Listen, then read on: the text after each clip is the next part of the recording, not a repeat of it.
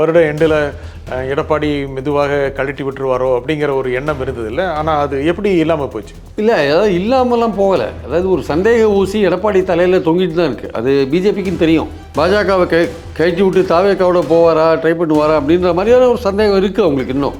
அதாவது அவர் என்ன பேசுகிறாரு, தாவேக்கா அதிமுக ரெண்டுமே இருக்கிற கூட்டணிக்கு நான் அவங்க விஜயை கூட்டு வருவேன்ற மாதிரி தான் பேசிகிட்டு இருக்காரு. அவர் பேய் அடிச்சிடும் உங்களை, திமுக வந்து உங்களை பிடிச்சிட்டு போயிடும் அப்படின்லாம் சொல்லி பயமூர்த்தி எப்படியாவது தாவேக்காவை கூட்டிட்டு வந்துடலான்னு பார்த்தாங்க. அவங்க கதவை மூடிட்ட உடனே ரொம்பவும் பாதிக்கப்பட்டது, மன ரீதியாக பாதிக்கப்பட்டது அதிமுக தொண்டர்கள்.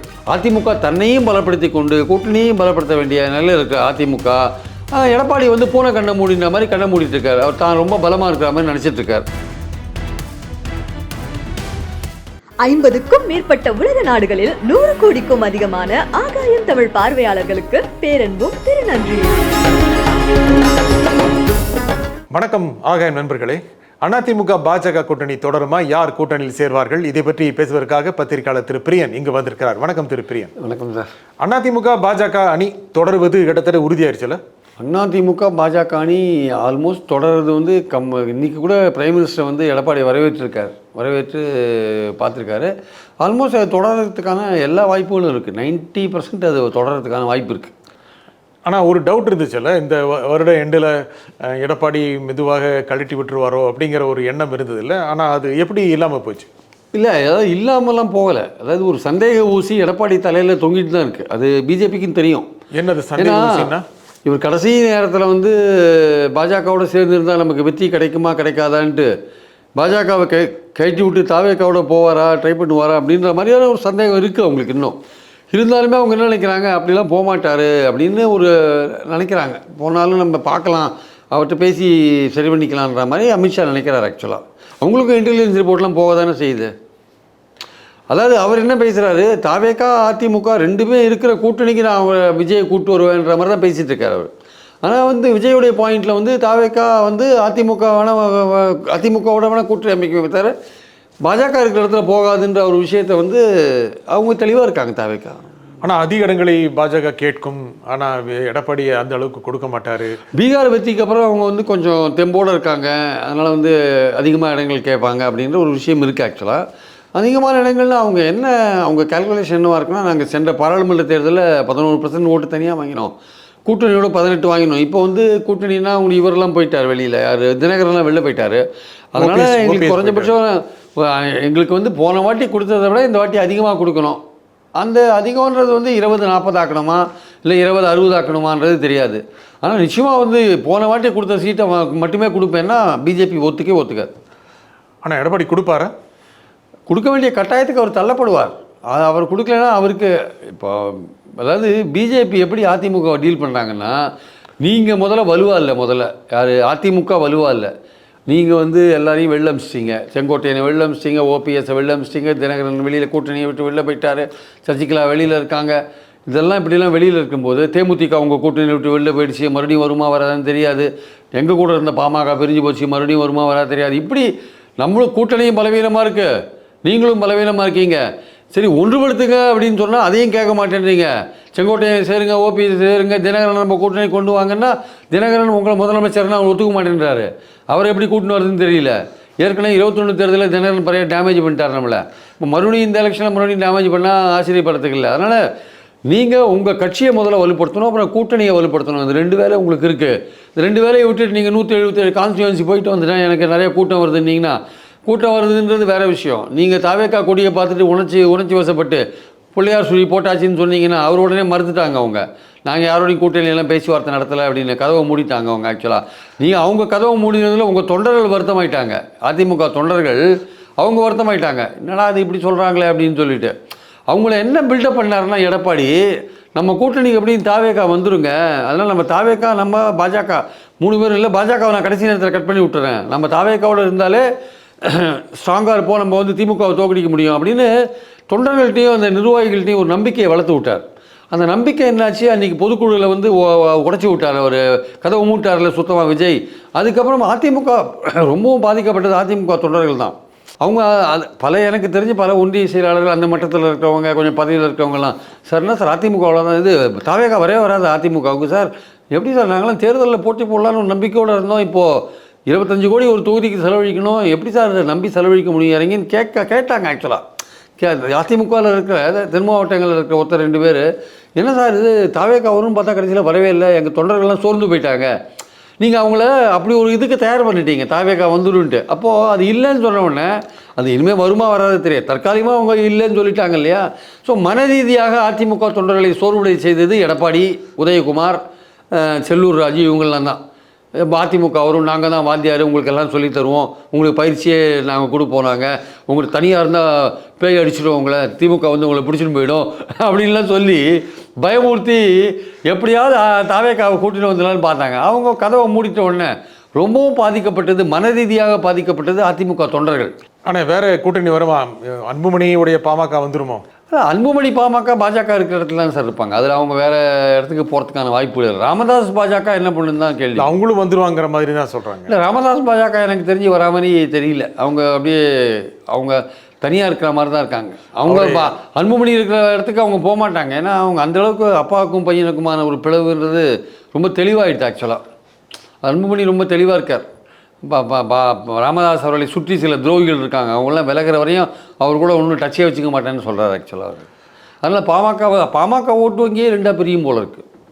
அது பிரிஞ்சதுனால திமுகவுக்கு அட்வான்டேஜாக இருக்கும் அதெல்லாம் ஆக்சுவலாக. ஸோ அதனால் வந்து நம்பர் ஆஃப் அணிகள் எத்தனை எதிர்க்க இருக்க போகிறதுன்றதே ஒரு கேள்விக்குறியாக இருக்குது. அணிகள் திமுக அணி ஒரு பக்கம் இருக்குது. ஆக்சுவலாக பீகார் எலெக்ஷன்ஸுக்கு அப்புறம் திமுக அணி வந்து இன்னும் கொஞ்சம் ஸ்ட்ராங்காகிடுது. அவங்க இன்னும் கொஞ்சம் நெருக்கம் அதிகமாகிடுச்சு அவங்களுக்குள்ள. ஏன்னா பாஜக வெற்றி பெற பிறகு இவங்களுக்கு வந்து பாஜகவை எதிர்க்க வேண்டிய அவசியம் அதிகமாகிட்டே இருக்குது. அதனால் திமுக அணி வந்து அந்த பீகார் வெற்றி என்பது திமுக அணியை வந்து மேலும் இதாக இருக்குது, க்ளோஸாக வந்து நெருக்கி இருக்குது. ஆக்சுவலாக அவங்கள வந்து இன்னும் கொஞ்சம் பாண்டாக்கியிருக்கு ஆக்சுவலாக.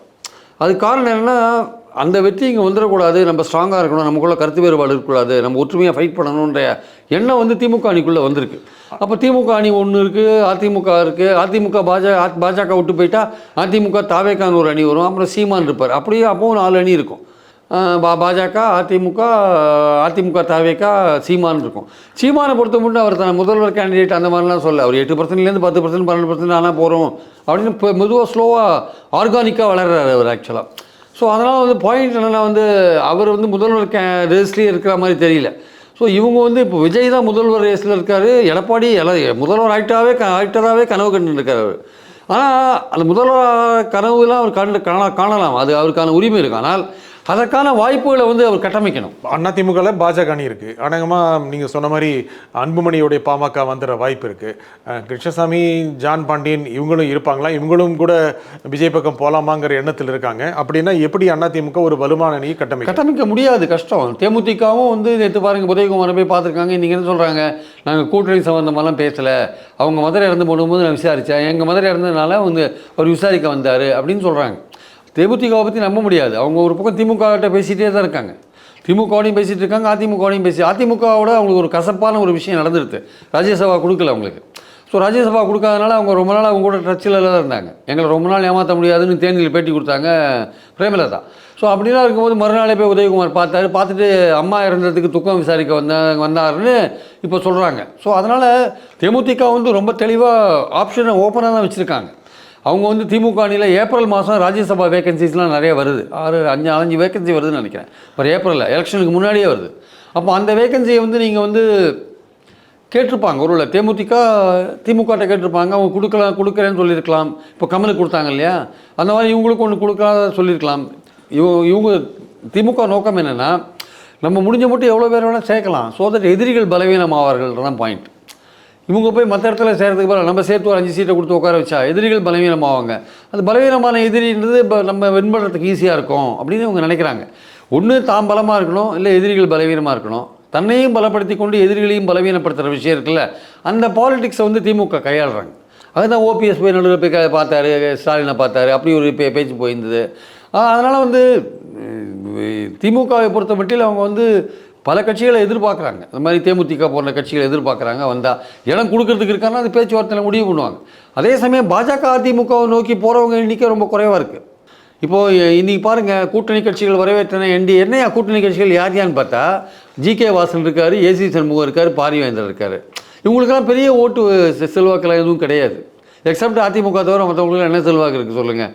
அதனால் வந்து இப்போ இவங்களுக்கெல்லாம் கூட திமுக அணியில் இருக்கிறவங்களுக்கெல்லாம் கூட ஓட்டு சதவீதம் குறைவாக இருக்கலாம். அவங்க போட்டி போடுற இடங்களுக்கு ஏற்றபடி தானே சதவீத கணக்கெல்லாம் ஒர்க் அவுட் ஆகுது. ஆனால் அந்த கட்சிகள் வந்து தமிழ்நாட்டு அளவில் மக்கள் பார்வையில் சிபிஎம் கூட இருக்குது, சிபிஐ கூட இருக்குது அப்படின்னா அது ஒரு பார்வை ரேஞ்சில், பெர்செப்ஷன் ரேஞ்சில் ஒரு பெரிய அணி அப்படின்ற மாதிரியான ஒரு தோற்றத்தை கொடுக்குது. அவங்க போட்டி போடுற தொகுதிக்கேற்ப அந்த பர்சன்டேஜ் குறையும். சார் அவங்ககிட்ட 1% தான் சார், 2%னா அவங்க 6 தொகுதியில் தான் போட்டி போட்டாங்க, 4% தான் ஓட்டு வாங்கியிருப்பாங்க, அது வேறு விஷயம். பட் விடுதலை சிறுத்தைகள் அங்கே இருக்குது, சிபிஎம் அங்கே இருக்குது, காங்கிரஸ் அங்கே இருக்குது, சிபிஐ அங்கே இருக்குது, எம்டிஎம்கே அங்கே இருக்குது அப்படின்னா அது வந்து மக்கள் பார்வையில் திமுக அணி பலமாக இருக்குது அப்படின்ற ஒரு எண்ணத்தை உருவாக்கும். இங்கே பார்த்தீங்கன்னா ஏசி சண்முகத்தோட எவ்வளோ பேர் இருக்காங்க. அவர்னா ஏசி சண்முகம், பாரிவேந்தர், அவர் வந்து சின்ன கட்சி தான் ரொம்ப. அதனால் வாசன் வந்து தஞ்சாவூர் டிஸ்ட்ரிக்டில் மட்டும்தான் கட்சி வச்சுருக்காருன்னு நினைக்கிறேன். அது மாதிரி பார்க்கும்போது எல்லாருமே சின்ன சின்ன கட்சியாக இருக்காங்க. அதனால் பாயிண்ட் என்னென்னா வந்து அவங்க தங்களை பலப்படுத்தி கொள்ள வேண்டிய அவசியம் இருக்குது. அதிமுக தன்னையும் பலப்படுத்தி கொண்டு கூட்டணியையும் பலப்படுத்த வேண்டிய நிலையில் இருக்குது அதிமுக. எடப்பாடி வந்து பூனை கண்ணை மூடின்ற மாதிரி கண்ணை மூடிட்டு இருக்காரு. அவர் தான் ரொம்ப பலமாக இருக்கிற மாதிரி நினச்சிட்டு இருக்காரு. இல்லை, ஆளுங்கட்சி இருக்குது, 5 வருஷம் ஆண்டிருக்காங்க, பலவிதமான குறைபாடு இருக்குன்னு எடப்பாடி பழனிசாமி சொல்கிறாரு. தினமும் ஒரு அறிக்கை. நிறைய குறைபாடுகள் இருக்குது சார். ஆனால் அதே சமயம் ஓட்டு வரத்துக்கான வழிகளையும் அவங்க திமுக பண்ணுறாங்க. இவங்களுக்கு எதிரான விஷயங்களும் நிறையா இருக்குது. அது பெண்களுக்கு பாதுகாப்பு இல்லை, கள்ளச்சாராயம், அப்புறம் ஆட்சியில் வந்து ஊழல் போன்ற விஷயங்கள், நிறைய விஷயங்கள் சொல்ல, காவல் மரணம் போன்ற விஷயங்கள், நிறைய கரூர் சம்பவத்தில் திமுக மேலே உள்ள குற்றச்சாட்டுகள், பல விஷயங்கள் சொல்லலாம். நான் இல்லைன்னு சொல்ல வரல. ஆனால் அதெல்லாம் தாண்டி நீங்கள் பிரேக்ஃபாஸ்ட் போடுறீங்க, 1.25 கோடி பேருக்கு 1000 ரூபா கொடுக்குறீங்க, நீங்கள் அது தவிர மகளிருக்கு 1000 ரூபா கொடுக்குறீங்க, காலேஜ் போகிற பையனுக்கு 1000 ரூபா கொடுக்குறீங்க, இலவச பஸ் பயணம்னு சொல்கிறீங்க. இன்னும் வரப்போகிற காலத்தில் இன்னும் மேலும் வந்து பொங்கலுக்கு 5000 ரூபா கொடுத்தீங்கன்னா என்ன பண்ணுறது? வரப்போகிற பொங்கலுக்கு ஆளுக்கு 5000 ரூபா கொடுத்தாங்கன்னா அது ஒரு இதான அது. ஸோ அதனால் வந்து அவங்களும் வந்து மைக்ரோ லெவலில் போய் வேலை செய்கிறாங்க. யார் யார் தங்களால் பெனிஃபிட் ஆனாங்களோ அந்த ஓட்டை வாங்குறதுக்கான வேலைகளை அவங்க செய்கிறாங்க. இவங்க எதிர்க்கட்சிகளும் இந்த மாதிரி பிரச்சாரத்தை வைக்கிறாங்க. கொடுத்த வாக்குறுதிகள் நிறைவேற்றலை, ஓல்டு பென்ஷன் ஸ்கீமு கவர்மெண்ட் கொடுக்கல, டீச்சருக்கு கொடுத்த வாக்குறுதிகள் நிறைவேற்றலை, டாக்டர்களுக்கு கொடுத்த வாக்குறுதி நிறைவேற்றலை, எல்லாம் உண்மை தான். ஆனால் ஒரு பக்கம் இந்த விஷயம் இருந்தால் கூட, ஆன்டி இன்குபன்சி இருந்தால் கூட, ஒரு பக்கம் ப்ரோ இன்குபன்சியை வச்சுட்டு கூட்டணியை பலமாக வச்சுட்டு தேர்தலை சந்திக்கிறாங்க திமுக. இன்னைக்கு லெவலில் தேர்தல் நடந்தால் கூட திமுகவுக்கு ஒரு எட்ஜ் இருக்குது. நாளைக்கு என்ன ஆகும்னு சொல்ல முடியாது. ஆளும் கட்சியுடைய குறைபாடுகள் சொல்கிறது. ஆனால் கடந்த மக்களவைத் தேர்தலில் இந்த அளவுக்கு பெரிய அளவுக்கான பிரச்சாரத்தை முதலில் எடப்பாடி ஆரம்பிக்கவில்லை. வேட்பாளர்கள் கூட அந்த பகுதியில் மிகவும் பிரபலமாகவில்லை, அதிகளுக்கு செலவு செய்யவில்லை. இப்படி இருந்து கூட கிட்டத்தட்ட 20-22% ஓட்டு வாங்கினாங்க. அப்படின்னா இப்போ முழுக்க முழுக்க பிரச்சாரம் 1 வருஷத்துக்கு முன்னாலே தொடங்கிட்டாங்க. இன்னும் முக்கியமான கேண்டிடேட் நிறுத்த போகிறாங்க, நிறைய பணம் செலவு பண்ணுவாங்க. ஆளுங்கட்சிக்கு எதிராக இருக்கிற மனநிலையை பயன்படுத்தி அதிமுக, பாஜக, இன்னும் 2 சில கட்சிகள் வந்தாலே கிட்டத்தட்ட பெரும்பான்மை பக்கத்தில் வருவாங்களா மாட்டாங்களா? அது சேரப்போகிற கூட்டணிகளை பொறுத்து இருக்கு. அந்த அணி இன்னும் எவ்வளோ பலமாக இருதுன்றதை பொறுத்து இருக்கா. ஏன்னா பாஜகவுக்கு எதிர்மறையான ஓட்டுகள் தமிழ்நாட்டில் இருக்குது சார். இன்னைக்கு திமுக அணி ஜெயிக்குதுன்னா அதுக்கு காரணம் வந்து ஆன்டி பிஜேபியோட ஓட் பேங்க் தான். கடந்த மக்களவைத் தேர்தலில் நீங்களே சொன்ன மாதிரி பாஜக அணி கிட்டத்தட்ட 18% ஓட்டு வாங்கியிருக்கு. இல்லை, அப்படியும் திமுக 40 இடங்களை ஸ்வீப் பண்ணாங்க. எப்படி பண்ணாங்க? ஆன்டி பிஜேபி ஓட்டு தான் அதுக்கு ஹெல்ப் பண்ணுது. ஆக்சுவலாக ஆன்டி பிஜேபி ஓட்டு, திமுக அணி ஸ்ட்ராங்காக இருக்குது, அந்தந்த கட்சிகளுக்குரிய ஓட்டு, அவங்க செஞ்ச நல்ல காரியம் காரணமாக பெண்களோட ஓட்டை வாங்குறாங்க. ஸோ இதை எதிர்த்து நீங்கள் பண்ணும்பொழுது பாஜகவுக்கு ஆள், அம்பு, சேனை, பலம் எல்லாமே இருக்குது. அது வேறு விஷயம். அவங்க வந்து இடி, தேர்தல் கமிஷன் எல்லாத்தோடையும் கூட்டணி வச்சுருப்பாங்க. கூட்டணி வச்சு அதிமுகவோடையும் கூட்டணி வச்சுருக்காங்க வச்சுக்கோங்க. அவங்க எல்லா முயற்சியும் பண்ணுவாங்க, அது வேறு விஷயம். பாயிண்ட் என்னென்னா, ஆன்டி இன்குபன்சி பேசும்போது அந்த பேசுகிற அளவுக்கு உங்கள் கூட்டணி பலமாக இருக்கணும். அந்த கூட்டணி பலமாக இல்லை அப்படின்னு வச்சுக்கோங்களேன், அது வெற்றி பெறத்துக்கான வாய்ப்புகள் ரொம்ப கம்மி. அப்போ வந்து தாவேக்கா அதில் போய் சேருது, அதிமுகவோட மட்டும் சேருதுன்னா அது கொஞ்சம் அதோட நிறைய கட்சிகள் சேர்றதுக்கான வாய்ப்பு இருக்குது. பாஜக இல்லாத போது பாஜக வெட்டி விட்டுட்டு அதிமுக வருமானது ஒரு கேள்விக்குறி. அது சாத்தியம் இல்லை. இல்லை, அதுக்காக சாத்தியம் ரொம்ப குறைவாக இருக்குது. இதுவரையும் கூட மோடி வந்தபோது எடப்பாடி எல்லாம் பண்ணுறாரு. அதனால் அதுக்கான சாத்தியங்கள் ரொம்ப குறைவு. அப்போ தாவேக்கா அந்த அணிக்கு போகிறதுக்கான வாய்ப்புகளே இல்லை. தாவேக்கா, அதிமுக, பாஜக ரெண்டுமே இருக்கிற இடத்துல தாவேக்கா போகிறதுக்கான வாய்ப்புகள் குறைவு. அது போனால் விஜய்க்கு பின்னாடியும் நான் ஏற்கனவே சொன்னவங்க. ஆனால் எப்படி நீங்கள் நினைக்கிறீங்க? திரு எடப்பாடி பழனிசாமி நம்பிக்கையோடு இருக்கிறாரு, முதலமைச்சர் ஆயிட்ட மாதிரி நினைக்கிறாரு அப்படின்னா, அவரு ஒரு முதலமைச்சராக இருந்தவர், நல்ல ஒரு மூத்த அரசியல்வாதி, எவ்வளோ வருஷங்கள் அரசியலை பார்த்துருக்கிறார், ஒரு கணக்கு இருக்கும் அவருக்கும் நிறைய இன்புட்ஸ். அவர் வந்து என்ன நினைக்கிறாரு, திமுக விட்டால் அதிமுக தான் மக்கள் தேர்ந்தெடுப்பாங்க. 5 வருஷத்துக்கு அப்புறம் எந்த கட்டத்திலையும் வந்து ஒரு தொடர்ந்து ஆட்சியை வந்து திமுக தக்க வச்சது கிடையாது.